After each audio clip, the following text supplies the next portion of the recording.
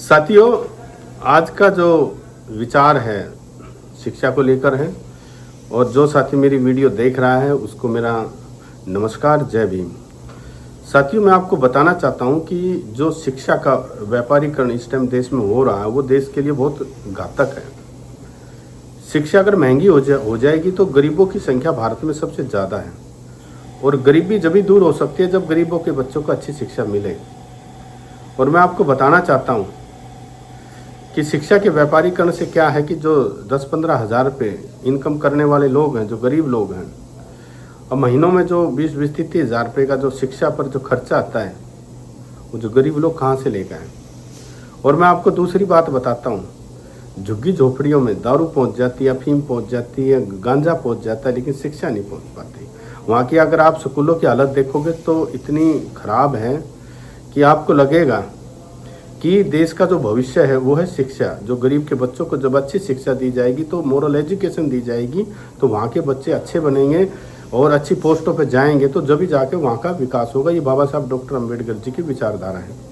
बाबा साहब डॉक्टर अम्बेडकर जी ने कहा था कि एक रोटी अगर इंसान थोड़ी भी खा ले, कम भी खा ले, लेकिन अपने बच्चों को अच्छी शिक्षा दे जिससे कि उसका विकास हो जाए।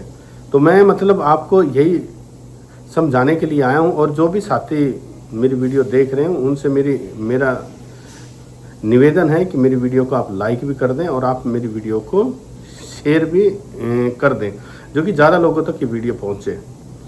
और मैं आपको बताना चाहता हूँ कि देश की जो शिक्षा की जो व्यवस्था है वो इतनी ख़राब है। सरकारी स्कूलों में एक जैसे सेक्शन A, B, C ऐसे होते हैं, 150 बच्चे हैं और मास्टर हैं नहीं, बच्चे ज़्यादा हैं। और रेशो क्या होना चाहिए कि 20 बच्चों पर 1 मास्टर, जब भी तो मास्टर जो है अच्छी शिक्षा बच्चों को दे पाएगा। लेकिन ऐसा नहीं है। एडमिशन लेना है, भरना है ना, दुनिया भर के बच्चों को भरना है, लेकिन उनकी शिक्षा अच्छी रहे या ना रहे उससे सरकार को कोई मतलब नहीं। सरकार ही चाहती है कि गरीबों के बच्चों को अच्छी शिक्षा ना मिले।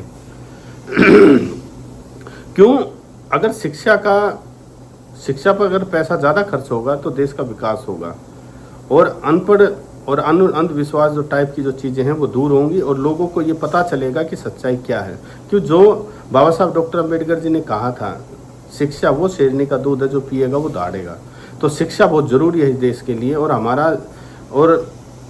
हमारा जो आंदोलन है वो शिक्षा के लिए होना चाहिए कि गरीबों के बच्चों को अच्छे इंस्टीट्यूट, आकाश विद्या मंदिर, जो अच्छे कोचिंग सेंटर वहाँ पर अच्छी कोचिंग दी जाए और उसका पैसा सरकार दे। और जो अच्छे कॉलेज हैं उनकी फीस भी ज़्यादा है, गरीबों की पहुँच से बाहर है। बहुत से तो ऐसे लोग हैं जो फैक्ट्रियों में जो करते हैं काम 8-7 हज़ार रुपये में। आपको पता है महंगाई, 8-7 हज़ार रुपये तो घर नहीं चलता, तो शिक्षा कहाँ से दी जाए। जो वर्तमान की जो स्थिति है उसको देखते हुए जो अच्छी सरकारें हैं वो हमेशा देश के लोगों का रोजगार का ध्यान रखेगी, शिक्षा का ध्यान रखेगी और उनका इलाज का ध्यान रखेगी। क्यों? यही सबसे बड़ी समस्या है। अगर गरीबी में ये चीज़ मिल जाए फ्री में तो देश का विकास हो सकता है और लोगों के ऊपर ज़्यादा बोझ भी नहीं आएगा। जो मेंटली जो स्ट्रेस में रहते हैं लोग कि उधार पैसा ज़्यादा उठा लेते हैं, तो ब्याज इतना कहाँ से देंगे, है ना, ब्याज और फिर उसका पैसा उतारना। तो क्या करता है, जो पूंजीपति जो आदमी है वो उसके घर जो 20-25 गज का जो उसका प्लॉट होता है उसके कागज़ रख लेता है और वो प्लॉट भी उसी का हो जाता है। मैं आपको बता रहा हूँ ज़्यादातर समस्याएँ ये हैं वर्तमान में। ठीक है, लोग कहें ना कहें, तो अभी लोगों के अंदर जागरूकता नहीं है। क्यों?